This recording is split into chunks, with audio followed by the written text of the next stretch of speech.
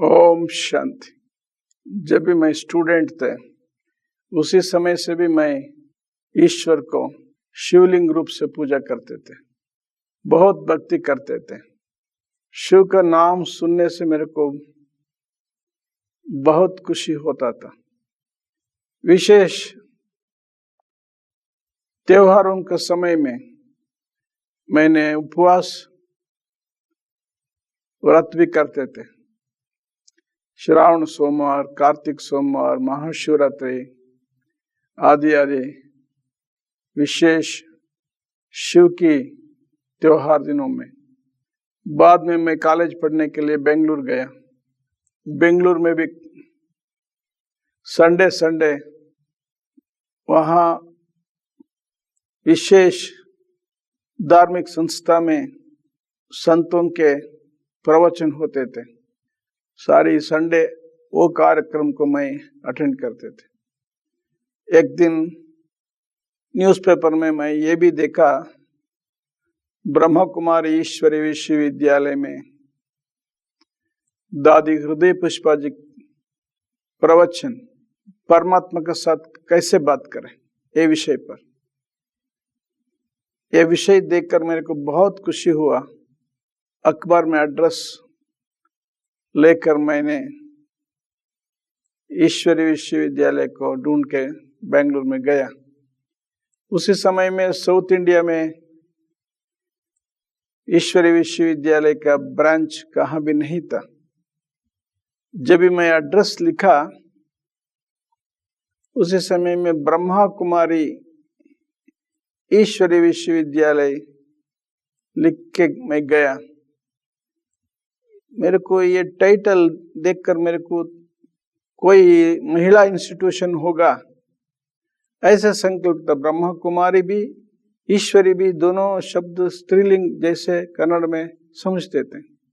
बाद में विश्वविद्यालय ये टाइटल देख के मेरे को नया मीनिंग आया। फिर भी मैं ढूंढ के गया ईश्वरी विश्वविद्यालय को। पहुंचने के समय तक लेट हो गए थे, प्रवचन कंप्लीट हो गए थे। तो सेंटर में सिर्फ दादी हृदय पुष्पा जी का फर्स्ट दर्शन किया। दादी जी ने मेरे को पूछा, तुम क्या करते हो? मैंने बताया, दादी जी मैं तो स्टूडेंट हूँ। क्यों आया है? ये तो प्रवचन सुनने के लिए आया हूँ, परमात्मा का साथ कैसे बात करें। दादी जी ने बताया, अभी टाइम हो गया है, तुम्हें शाम को आओ। मैं सुनकर वापस आया। मैं सोचने लगा, ये दादी का जो दर्शन किया मैं तो ऐसे समझा ये कोई क्रिश्चियन मशीनरी का होगा, क्योंकि हिंदू संप्रदाय के जो भी तो देह के ऊपर नहीं था ना। फिर भी मेरे को डाउट आए थे, ये तो क्रिश्चियन मशीनरी ईश्वरी विश्वविद्यालय ईश्वर ऐसे रख के कुछ प्रचार किया हो कर रहा है, ऐसे मेरे को संकल्प आया। फिर बाद में शाम को भी गया। एक सीनियर दादा थे, इसका नाम है भूषण जी, वो तो मेरे को मिला। तो बाद में वो 7 days कोर्स स्टार्ट किया। तो देह और आत्मा के अंतर मेरे को बता के मेरे को, तुम तो शरीर नहीं है, तुम शरीर में रहने वाला आत्मा है, ज्योति स्वरूप है, ऐसे मेरे को ज्ञान दिया। ये ज्ञान सुनकर मेरे को बहुत नशा हो गया। तो कुछ रियलिटी बात इधर सिखा रहा है ऐसे। फिर बाद में 7 दिन तक मैं कोर्स लिया। विशेष आत्मा और परमात्मा के बारे में ज्ञान सुन के मेरे को फिर भी बहुत खुशी हो गया, क्योंकि परमात्मा के बारे में अभी तक कोई अच्छी रीति से मेरे को सुनाए नहीं थे। कोई संत महंत का जो प्रवचन भी सुने थे, सिर्फ बोलते थे परमात्मा परमात्मा भगवान ऐसे। परमात्मा का नाम क्या है, रूप क्या है, वो तो उसका ऐसे इन डिटेल कोई नहीं बोले थे। ये आत्मा और परमात्मा का व्यत्यास सुनकर मेरे को बहुत खुशी हो गया। तो फिर बाद में मैं जब भी स्टूडेंट हो के शिवलिंग को पूजा करते थे, परंतु शंकर की याद आते थे, क्योंकि हिंदू धर्म में शंकर को ही परमात्मा समझते, शंकर को ही शिव समझते हैं। तो जब भी मैं ध्यान में बैठने से भी शंकर को याद करते थे। इधर मेरे को परमात्मा का परिचय मिल गया, आत्मा परिचय मिल गया, आत्मा बन के परमात्मा को कैसे याद करना वो भी परिचय मिल गया। इससे मेरे को तो थोड़ा रास्ता अच्छी मिल गया। बाद में मैंने पूछा, ये शंकर जी है तो ये तपस्या क्यों करता है? तो भूषण जी ने बताया, ये शंकर जी ब्रह्मा विष्णु शंकर त्रिमूर्ति के एक है, इसकी ऊपर परमात्मा है, वही शिव है। शिव अलग गए, शंकर अलग गए। ऐसे में शिव शंकर के ऊपर इन डेप्थ डिटेल में नॉलेज दिया। तो शंकर जी परमात्मा शिव को याद करता है। ऐसे कोई अभी तक मेरे लाइफ में ऐसे नहीं बताए थे, इधर तो बता दिया। बाद में इससे भी मेरे को बहुत खुशी हुआ। ऐसे नॉलेज सुनते सुनते मेरे को ये विश्वास हो गया, तो यही रियल रास्ता होगा। क्योंकि सारे जब तक अभी तक सुने वो तो सभी पुराण की ज्ञान था, इधर तो आत्मा परमात्मा का ज्ञान है। तो शिव अलग है, शंकर अलग है। परमात्मा ने ब्रह्मा विष्णु को शंकर को ऊपर है। ऐसे नॉलेज मेरे को बहुत बहुत खुशी नॉलेज मिल गया। बाद में मेरे को तो परम धाम में परमात्मा रहता है। आत्मा भी पहले उधर ही थे। ये सृष्टि नाटक में भूलोक में पधारा है, साकार लोक में पधारा है आत्मा। तो ऐसे कुछ सुन के मेरे को ये भी डिटेल अच्छा था, नॉलेज मिल गया मेरे को। क्योंकि परम धाम में आत्मा थे, उसको कहेंगे मुक्ति। ऐसे जो सुन के मेरे को रियलिटी समझ के तो रियलाइजेशन होते थे। इस सारी सुनने के बाद पिता श्री ब्रह्मा बाबा का मुख द्वारा परमात्मा ईश्वर ने बात कर रहा है। ऐसे तो मुरली में जो ज्ञान मैंने सुन के तो बहुत खुशी होते थे। एक बाप दूसरे ने कोई ये बात सुन के मेरे को रियली बाबा ने बात कर रहा है, शिव बाबा बात कर रहा है, ऐसे मेरे को थोड़ा थोड़ा निश्चय बैठने लगा। तो दादी जी ने प्रोग्राम बनाया माउंट आबू जाने के लिए। उसी समय में मेरे को भी दादी जी ने माउंट आबू जाने के लिए बताया। मैं तो बाबा का मिलने के लिए गया, साकार बाबा को भी मिला। मेरा जो भी नॉलेज अब तक मिला है, तो पिताश्री को देख के मेरे को फिर भी बहुत निश्चय हो गया। क्योंकि बाबा मुरली में ये सुनाया, ये है नंदीगण, मैं इसी रथ में आता हूँ, थोड़े मैं बैल में आता हूँ। ऐसे बाबा ने मुरली में कहा जो बताया। इससे वो ब्रह्मा बाबा नंदीगण जैसे मेरे को नॉलेज मिल गया। परमात्मा तो इसलिए आता है सारी सृष्टि को ज्ञान देने के लिए, क्योंकि तो भक्ति की ज्ञान अलग है, भगवान की ज्ञान अलग है। फिर अव्यभिचारी भक्ति, तो व्यभिचारी भक्ति, शिव शंकर के व्यत्यास, सर्वात्मा का पिता के ज्ञान, त्रिमूर्ति के ऊपर परमात्मा है ऐसे ज्ञान। ऐसे बहुत रियल नॉलेज को सुन के मेरे को निश्चय भी हो गया। साकार बाबा को मिलके मेरे को बहुत निश्चय हो गया। बाबा का सामने हर एक दिन मैं बैठ के मुरली सुनने के भाग्य भी मिल गया। बाबा सबको बेंगलुरु वाले जो हमें गए थे, पर्सनल सब मुलाकात किया। इंडिविजुअली हर एक भाई बहनों को परिचय भी लिया। मैं बताया, बाबा मैं स्टूडेंट हूँ, साउथ में हिंदी नॉलेज हम लोगों को ज्यादा मालूम नहीं होता है, तो आप बीच बीच में मेरे को इंग्लिश में बोलो। बाबा हंसने लगा, क्योंकि थोड़ा शब्द हिंदी में थोड़ा शब्द इंग्लिश में मिक्स होके आने से हम लोग इजी से समझने के लिए होते थे। बाबा मेरे को त्रिमूर्ति बैठ दिया, बच्चे अच्छे से पढ़ो, बताया।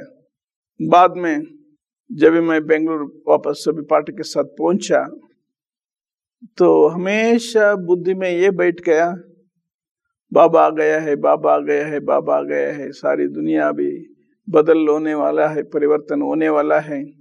तो जब मैं कॉलेज में जाते थे, वो कॉलेज में क्लास में बैठने से भी जो प्रोफेसर सुनाते थे सब्जेक्ट्स को, वो मेरे को सब्जेक्ट की क्लास में बैठने से भी नॉलेज को नहीं ले सकते थे। हमेशा बाबा के याद आते थे, तो परंदाम के याद आते थे, मधुबन के याद आते थे। ऐसे हो गया। कुछ दिनों के बाद मुरली में ये भी आ गया, तो 10 बरस में विनाश हो जाएंगे, परिवर्तन हो जाएंगे, सत्युग आ जाएंगे। ऐसे मैं समझता हूँ 1976 जुलाई 1 जून मुरली में होगा वो। इससे मेरे को बहुत वैराग्य आ गया। मैं तो ये सारी पढ़ के कॉलेज में क्या करूं? नौकरी करने के लिए इतना पढ़ना है क्या? मेरा जीवन को सफल करना है। अभी इतना दादिया, इतना जो परिवार है, इतना दिन तक बाबा को मिला, बाबा का साथ थे, बाबा का सेवा किया, मैं भी सेवा करना है। ऐसे मेरे को संकल्प आया। स्वयं परमपिता परमात्मा जो जब धरणी पर पधारा है, सच्ची ज्ञान मिल गया है, तो विश्व में नया दुनिया आने वाला है, सत्युग आने वाला है। सारी नॉलेज मेरे को इतना खुशी होने लगा। मेरे को कहाँ भी बैठे वही गुंग था, मेरे को ये भगवान को मिल रहा हूँ। ऐसे बाद में मैं कॉलेज भी छोड़ दिया, क्योंकि मैं कहाँ भी जाके नौकरी करके सेवा करूं।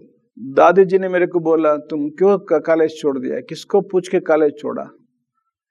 मैंने बोला, दादी जी मुरली में बाबा बता दिया, अभी टाइम नहीं है, इसलिए तो कुछ सेवा करने के लिए मैं नौकरी ढूंढ रहा हूँ। फिर बाद में दादी ने ये भी बताया, बसुराज भाई तुम्हें तुम्हारे संकल्प से नहीं चलो, बाबा का पत्र लिखो, बाबा आपको क्या डायरेक्शन देंगे ऐसे चलो, कॉलेज नहीं छोड़ो। तो बाबा अभी ऑलरेडी मुरली में बता दिया है, फिर बाबा को बारंबार पूछने का क्या दादी जी जरूरत है? बाबा बोला है सबको ये नॉलेज है, परंतु आप पर्सनल आप उसको बाबा को पूछना चाहिए। फिर एक दिन रात बैठ के पत्र भी लिखा, इतना पत्र लिखा, फिर पढ़ा ये तो ठीक नहीं है, दूसरा पत्र लिखा ये भी ठीक नहीं है। ऐसे नाइट में बैठ के पत्र लिखा, क्योंकि मेरे को इतना खुशी था, भगवान को मैं पत्र लिख रहा हूँ। फिर बाद में सुबह लेके क्लास के बाद दादी को ये पत्र दिया, साकार बाबा को ये पत्र भेजा दादी जी ने। बाबा से आंसर भी मिला, बाबा ने फिर पत्र लिखा, तो तुम दोनों कॉलेज में जाना चाहिए, ईश्वरी विश्वविद्यालय में भी जाओ तो आपका यूनिवर्सिटी में भी जाओ, दोनों में इक्वल स्टडी करो। तुम्हारे जन्म पत्रिका मेरे पास है, मैं जानता हूं तुम्हारी सेवा कैसे लेना। ऐसे बाबा ने मेरे को डायरेक्शन देकर पत्र लिखा, उसके अनुसार फिर मैं कॉलेज में जाने लगा। कॉलेज पढ़ने के बाद मैं एग्रीकल्चर डिपार्टमेंट में, मेरे को रायचूर में गवर्नमेंट सर्विस मिला। उधर से बाबा का सेवा मैं करके शुरू किया। दादी हृदय पुष्पा जी ने, करुणाबाई जी ने तो उसी समय में रायचूर में आए थे। दादी जी का प्रोग्राम भी हुआ, भाई जी का प्रोग्राम भी हुआ। बाद में मेरे को हुबली को ट्रांसफर हुआ। मैं रायचूर में 3 बरस थे, उधर भी एक सेवा केंद्र चालू करके, तो बाद में इधर ट्रांसफर होकर आके बाबा का सेवा हुबली में स्टार्ट किया। गवर्नमेंट सर्विस हुबली में मैं ट्रांसफर होने के बाद बाबा का सेवा स्टार्ट भी किया। दादी जी, करुणा भाई, मृत्युंजय भाई, सभी सीनियर भाई, मरियप्पा, तुकाराम भाई, सभी हुबली में आए थे। हम लोग इधर एग्जीबिशन डाले थे, अच्छी रीति से सेवा स्टार्ट हो गया। बाद में जो कन्नड़ा बात करने वालों को हिंदी नहीं समझते थे, इसलिए कारण से तो दादी जी की परमिशन से हम लोग कन्नड़ा मैगजीन स्टार्ट किया। तो कन्नड़ा लोगों को लिटरेचर चाहिए, वो भी दादी जी का आदेश से वो भी मैं स्टार्ट किया। उसी समय इसमें शिवपत जगलूर एक ऐसे सीनियर भाई था जो हमको हुबली में इन्वाइट किया, वो उसके मदद से हम लोग ज्यादा इधर सेवा करने लगे। बाद में दादी जी की बड़े भाइयों का आशीर्वाद के साथ हम लोग इधर वैल्यू एजुकेशन यल्लापुर में हम लोग स्टार्ट किया। गवर्नमेंट के द्वारा 21 दिन स्कूल टीचर्स को ऑन ड्यूटी गवर्नमेंट भेजने लगा। 1991 से वैल्यू एजुकेशन स्टार्ट हो गया। तो 1993 से तो रूरल डेवलपमेंट डिपार्टमेंट के द्वारा, women and child development department के द्वारा तो आंगनवाड़ी सेंटर्स भी हम लोग स्टार्ट किया। आंगनवाड़ी स्कूल टीचर्स को, वर्कर्स को, तो स्पिरिचुअल नॉलेज, वैल्यू एजुकेशन, ऐसे वो लोगों को भी स्टार्ट किया। जगदीश भाई जी, रमेश भाई जी, निर्वैर भाई जी, ब्रिजमोहन भाई जी, दादी हृदय पुष्पा जी, दादी कुमारका जी, दादी मनमोहिनी जी, दादी गुलजार जी, दादी जानकी जी, सब हुबली में पधार कर हम लोगों को आशीर्वाद दिया। ऐसे ही बाबा का सेवा अभी तक चल रहा है। ओम शांति।